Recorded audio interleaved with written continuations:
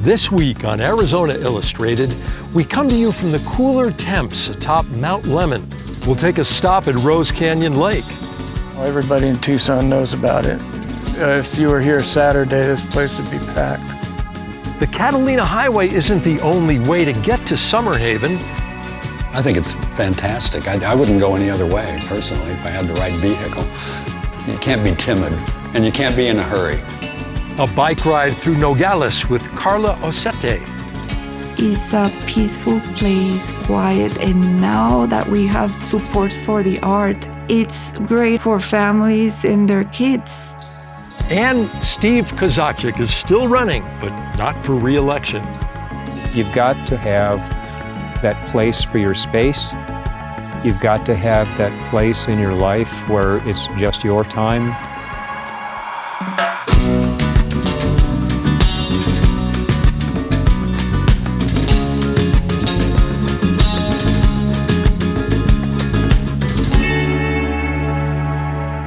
Hello and welcome to Arizona Illustrated. I'm Tom McNamara, and we're joining you today from atop Mount Lemmon. Now, to be honest, it's just too hot to shoot our program down in Tucson.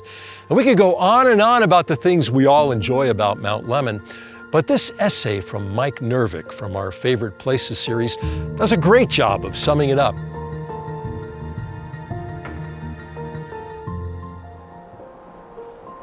As I started thinking about my favorite place, I kept coming back to a location that has provided fond memories for me from my childhood and now as a parent. My favorite place is Mount Lemmon. As you begin to drive at the base of the mountain, you are surrounded in the foothills by saguaros, choyas, creosote bushes, and other typical Sonoran desert vegetation. As you begin to climb in elevation, the saguaros and the desert plants are replaced by high desert grasses and shrubs, and even some smaller evergreen bushes. The climb gets higher, and you reach a place where the plants seem to be overtaken by rock outcroppings known as hoodoos. Once you make the switchbacks through the hoodoos and numerous vistas, you begin in the forest areas with cottonwoods, oaks, and aspens. As you reach 6,000 to 7,000 feet, you start to come into the ponderosa pines and the oaks that will be your surroundings for the remainder of the trip up the peak. In the summer, when the valley is in the middle of triple digits, you can drive up Mount Lemmon for a quick escape and have at least a 20-degree temperature swing.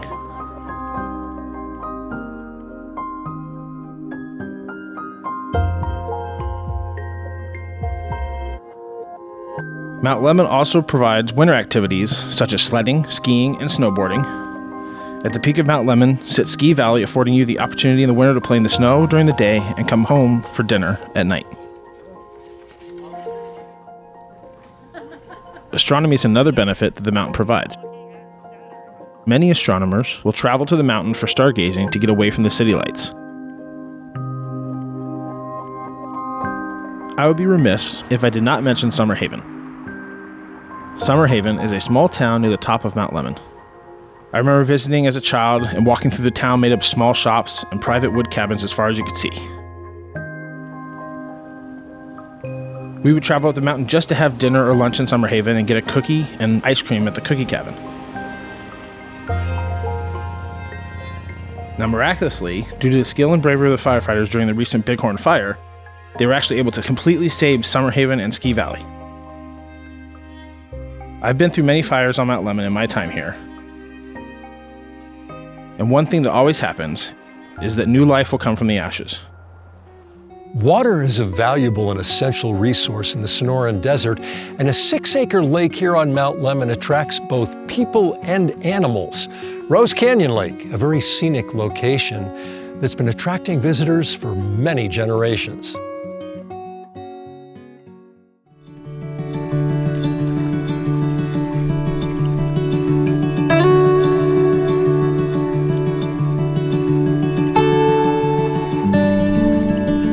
We're here at Rose Canyon Lake, which is located at about 6,900 foot elevation. So it's, not going to offer as cool a temperatures as the top of Mount Lemmon will, but it does offer cooler temps and shade and a nice escape with the water nearby. Rose Canyon Lake is part of the Santa Catalina Ranger District, and our district is one of 5 districts that make up the Coronado National Forest. Rose Canyon Lake is particularly popular due to it being the only lake on our district. Folks know that water is special in the desert and they want to come up and experience that. And so it's very popular for people that like to fish, but we also have a 73 site campground located just up the hill from the lake. That campground is very popular, so people love to camp here. They love to hike around the lake. This is one of our lowest elevation sites that has a lot of tree cover, so it's a nice escape from the heat. This is my second time here, and it's just a really nice lake to get out of the heat, come up for the day. Lots of squirrels, lots of frog, fish, birds. We generally just bring our lunch up with us and do a little picnic. And it's just a nice way to come up and see all the animals and cool off in the heat of the summer. This is my first time up here. Just doing some research on the internet, somewhere close to Oracle for some mountain fishing, hopefully a little bit cooler temperatures than Roosevelt or some of the surrounding lakes. It's pretty, smaller body of water. I thought it'd be a little bit bigger, but bad day fishing's better than a good day at work. I've been here before to the lake.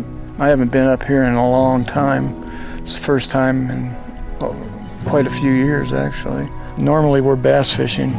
It's 105 at the Roosevelt Lake today, so I'm not going.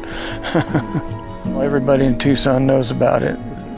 If you were here Saturday, this place would be packed. Probably. I mean, I've seen it, the whole shoreline's covered with people fishing. My name is Neil Dutt. I am the district biologist for the Santa Catalina Ranger District here in the Coronado National Forest. It is a man-made lake that does kind of introduce a different sort of ecosystem that would normally be here. It's a permanent source of water, which isn't something that's guaranteed in a lot of places in Arizona. So the wildlife come to depend on this as a valuable water source for the hotter months. Some species that you can expect to see here, possibly at least, we've got black bear, mountain lions, white-tailed deer. Those are the big mammals that people like to see. They'll come down here typically in the evenings, early mornings, or at night when there's fewer people around to drink from the lake. Arizona Game and Fish stocks this lake on an almost monthly basis. It kind of not as often in the summertime. So unfortunately, as the lake warms, it's not as good of habitat for trout. They like very cold water. So the trout in the summertime are likely going to go very deep in this lake and just kind of hunker down. Some of the non-native species that we do have here, unfortunately, we do have a pretty large population of bullfrogs. They are non-native invasive species here in Arizona. There are likely some crawfish in the lake as well, though their numbers have been down recently. We haven't seen many of them. We do have cattails in this lake that aren't native to this area. They're likely brought in by migrating waterfowl, something like that. We don't do anything to try to control them because they can only exist in so many areas, and they are good habitat for a lot of the species that are in this lake as well. Water's extra special here in the desert. I love to come out here on weekdays if I can because the crowds aren't as big. It's a really special place, and to me, if you can find it in a moment of solitude, it makes it extra special. There's a nice path on the north side of the lake that is accessible and goes out to a popular dock that can also be accessible by wheelchair. So it's great for everyone. I was born and raised in Tucson, Arizona, so I came up here when I was younger with my parents to recreate, go fishing, go camping. I've known about this lake and I've been recreating at this lake for a long time. So it's really kind of special to me to be able to manage this lake as much as we can. It's just a beautiful lake and a beautiful experience and a nice, easy drive from Tucson to just come up, cool off, and enjoy. Love my water. I'm from California. I miss the beach. It allows me to come up and reset and enjoy the water and the sound of nature. So it is a big deal. Catalina Highway was constructed from 1933 to 1950, and in the years since, it's allowed millions of people to travel up here to Mount Lemmon and Summer Haven. Now, before that, residents had to travel to the small town of Oracle, north of Tucson, and then get on the control road, or the Old Mount Lemmon Highway, which is a very rough, unpaved route to up here at the top of the mountain.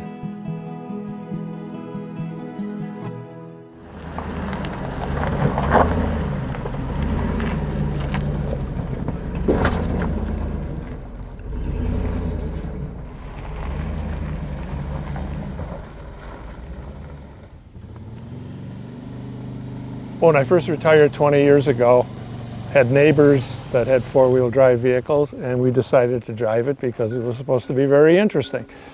And from there, I happened to get my first ATV. This is my second. And I just naturally wanted to come up here because it is so beautiful.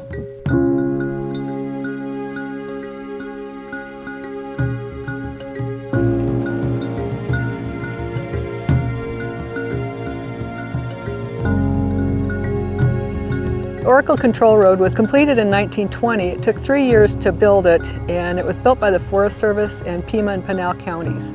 And it really opened up Mount Lemmon to vehicular traffic. You know, there were a lot of mines and ranches back there, and previously access was pretty much by horse or mule or on foot. So that was the roaded access up Mt Lemmon Highway until the Catalina Highway was built, the paved road that's on the south side of the mountain range. So it really gave those folks back there a lot of mobility and made quite a bit of difference. This kind of put Oracle back on the map. It was the last town. In fact, this was the first building you would have seen when you got on what they called the Mt Lemmon Highway.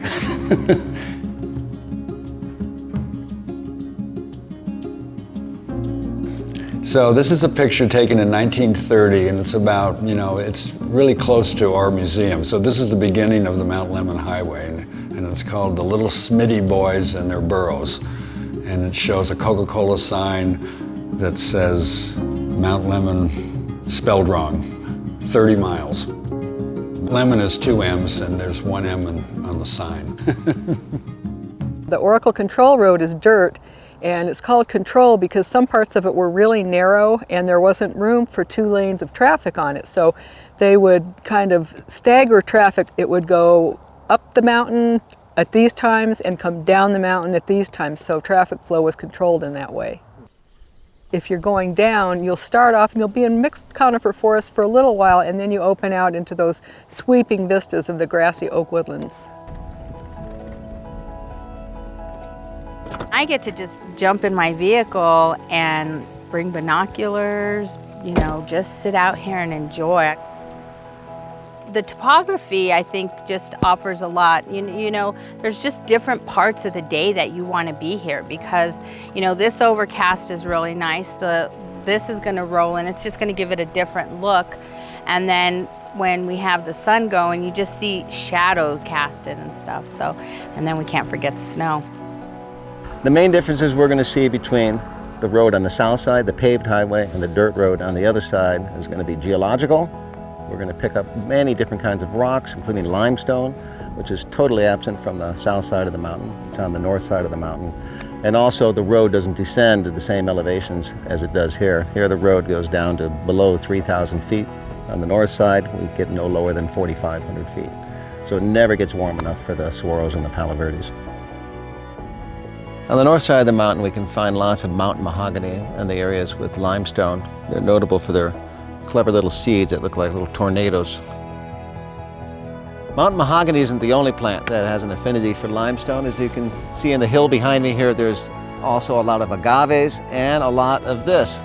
And this is sotol, also known as desert spoon. It's a fine plant for making walking sticks. This is Pepper Sauce Canyon. It's home to Pepper Sauce Campground. It's best known for its large sycamores, I think. And in addition, there's walnut trees and hackberry trees. And the walnuts are Nogales, and they provide plenty of food for coatimundis sometime of the year. And you can see whole troops of coatis underneath the Nogales and collecting all the nuts. The sycamore trees often have large hollows, and they are home to spotted owls, which was a surprise that was discovered in the 1990s. We thought spotted owls lived only high up in the mountain. It's tranquilo here. It's super chill. We're nursing students at the University of Arizona working on our masters. As you can kind of see, we were caving. We came out here today to explore Pepper Sauce Cave, and it's about 2 hours of playing basically down in a cave and getting muddy. Just team building. I really wanted to get all of us students together, so I knew this was an opportunity. We got in there, got super muddy, got down low, and it was super easy to do, and I loved it. There's a huge lake at the bottom that you can dive into if you want. We were not brave enough to do that. I'm not that brave, but it's beautiful. The water's super clear. You can see all the way to the bottom. I am from Long Island, New York, so going from there and never being on the West Coast before to coming to here, complete shell shock, and I love it. What do you think about having this right here in your own backyard, this road that takes you all the way to Mount Lemmon? I think it's fantastic. I wouldn't go any other way, personally, if I had the right vehicle.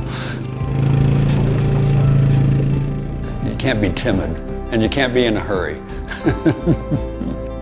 It's a beautiful hidden gem, this road, especially if you're a photographer or you're a bird watcher, because there's a lot of birds in Mount Lemmon that you don't find on the East Coast. You will love coming out here. Like what you're seeing on Arizona Illustrated? Then connect with us on social media for even more Arizona Illustrated. Meet our team, go behind the scenes of Arizona Illustrated location shoots, see exclusive bonus content from our segments, and find out the stories behind the stories. Got an idea for the show, a comment or question? Let us know. Like, follow, and subscribe to Arizona Illustrated on Facebook, Instagram, and X. Next, we take you on a tour through Nogales with painter, sculptor, and mountain biker Karla Osete.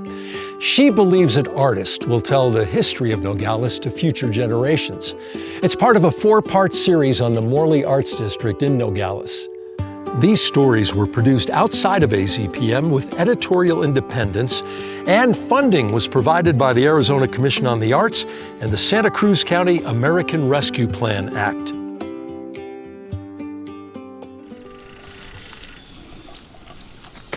I am a mountain biker, so I've had the opportunity to see wonderful views of the desert that not everybody can do in the city or driving a car. So it's wonderful. I like to paint about the border too. My name is Karla Osete, and I am from Nogales, Arizona. I am a painter and a sculptor. So I was born in Nogales, Arizona. It was a big experience to live the cross-border culture and have influence of both sides of the border. The big influence for my art is my family. My latest sculpture was the giant metal bike. The bike is located at Monte Carlo community. It's a wonderful project made out of recycled metals. It was a very ambitious sculpture because of its size. 33 by 19 feet tall was not an easy project. The bike is a large scale of my own mountain bike. The mural at the Nogales Community Development Building is titled Torch Cactus Blooms. That was a really excited project. The mural, I put on the background geometric figures, sort of a mandala design. And in my mind, I pictured the building as it was my giant Rubik's Cube. I've been in other places temporarily to study or work, but I love this border town. You see a big influence of color, of content, of subject matter that you don't see anywhere else. You can see social, political, along with faith. We can see the landscape of the area is so precious. You don't see anywhere else. I mean, look at any way you look, you can see beautiful mountains. Even the border is a work of art itself. It's a peaceful place, quiet. And now that we have supports for the art, and probably I'm hoping to have more support, it's great opportunity, great example for families and their kids to get exposed to art and culture. I think supporting artists is a wonderful thing, because if you empower an artist, it's like you can get to very remote places. I think we're doing placemaking in this border town. Little by little, will bring economic development to the area. It's not unknown. Business and people move to places where there is art. So I think it's a wonderful movement that a few people started here in Nogales, and I don't see a stop to it. The art we're living now as a global language will tell history to future generations, regardless of any point in time, of any age, of any physical structure. Art will speak for us. And our mission as an artist is we have a responsibility to leave something to future generations.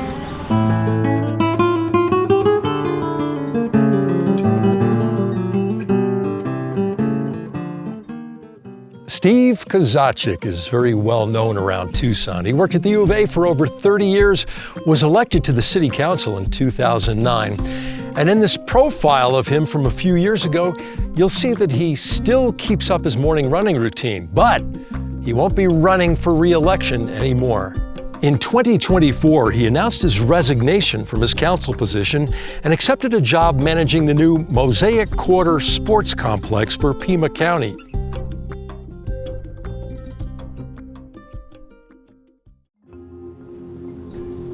People have asked multiple times since I started doing this job in the council back in 2009 whether I can come and meet them for their breakfast meeting, and the answer is no. That's my inviolate time. I'm out of bed, out the door, and I put in 10 to 15 miles every morning, and then the day starts. So we have an IGA on consent tonight, and essentially the IGA stipulates a few things. One is that any property that Rio Nuevo may become involved with needs to be publicly owned first. Councilman Kozachik mentioned we've had an extensive dialogue with I'm on campus, and then I'm either at a council meeting, or in the evenings I'm at the council office or at meetings. Pick the house up and move it back for a few $100,000. Real quickly, so thank you very much for the presentation. I deal with designers and planners and architects all the time, and I'm used to. There's an old African proverb that when the sun comes up, if you're a lion, you better be able to run faster than the slowest gazelle or you'll starve. If you're a gazelle, you better be able to outrun the fastest lion or you'll get eaten. So when the sun comes up, you better be running, whether you're a lion or a gazelle. That's me, first thing in the morning out the door, man.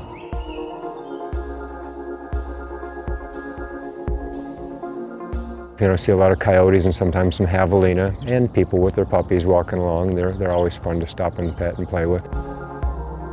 I think about the day, and I wear a fanny pack with a notepad in it, and if something pops into my head that I don't want to forget, I'll write it down and keep running. So, you know, just lots of things go through your head when you're out on your own.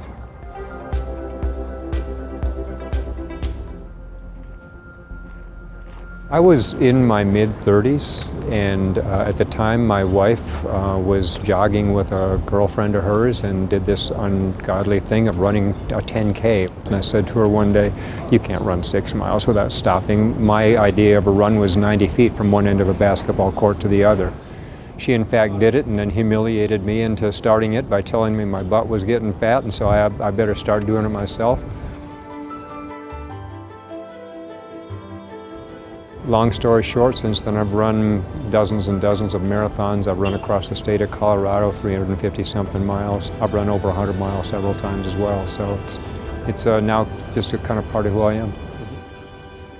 It's really not a competitive thing anymore. I gave that up a long time ago. I was hit by a car and had some muscle severed. At the time I was running for speed, running marathons. Now it's long, slow distance. If I try and sprint and really stride out, then I'll just pull a muscle or something. So it's mental time. It's not really the physical piece of it for me. From the time I'm done with my run in the morning to the time I get home at night, usually 10:30 at night, that's really the only time I've got just for my own time. Before I leave the ward office every night, I spend a little time on the guitar and sort of calm down again at the end of the day. Something in the way she knows, and all I have to do is think of her. You've got to have that place for your space. You've got to have that place in your life where it's just your time, whether it's music, whether it's exercise or running, whether it's macrame or whatever people do. But you need to carve that piece of your day out that's just for you, where other people kind of aren't grabbing at you and saying, I need you for this, I need you for that. Before we go, here's a sneak peek at a few stories we're working on. I found that most kids kind of stopped in second grade because a very common practice is the teacher showing you pictures and words and you're like, yes, I can do it. Then in second grade, the teacher takes away the pictures and then tells you just picture it in your mind. Now the pictures are gone and the child doesn't have any crutch left to use to develop the words in their head. So they get stuck. What's happening today is that we're going to have two kids who have not been successful reading. So we're trying to spark a little bit of light and finding a book that's in their vocabulary range and then igniting the connections. It's pretty easily distinguished from a lot of our native plants, and it has a glossy shine to it. African sumac was brought here in the mid to early 1900s as the US government and U of A were looking for drought-adapted plants that could be brought to the Southwest and live in an arid environment. So unfortunately, we succeeded and we brought in the most drought-adapted plants that also have a lot of invasive qualities to them. All right, it's time for a nice, cool trail walk. Thanks for joining us from up here on Mount Lemmon. I'm Tom McNamara. We'll see you again next week for another Arizona Illustrated.